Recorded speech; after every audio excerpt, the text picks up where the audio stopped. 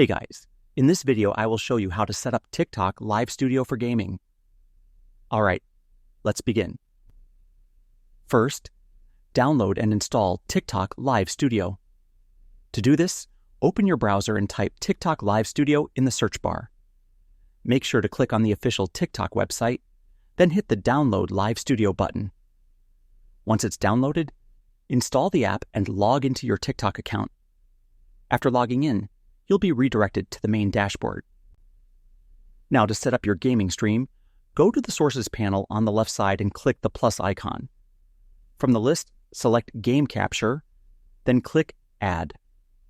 In the next window, choose either capture any full screen game or manually select the specific game you want to stream, enable compatible mode, and also enable Capture Cursor, then click Add Source. Once you've done that, your gameplay will appear in the preview window. You can now adjust the layout, drag the corners to resize or position the screen however you want. For portrait mode, you can also resize or reposition to fit your layout. If you want to add your camera, click Add Source again and choose Camera, then click Add.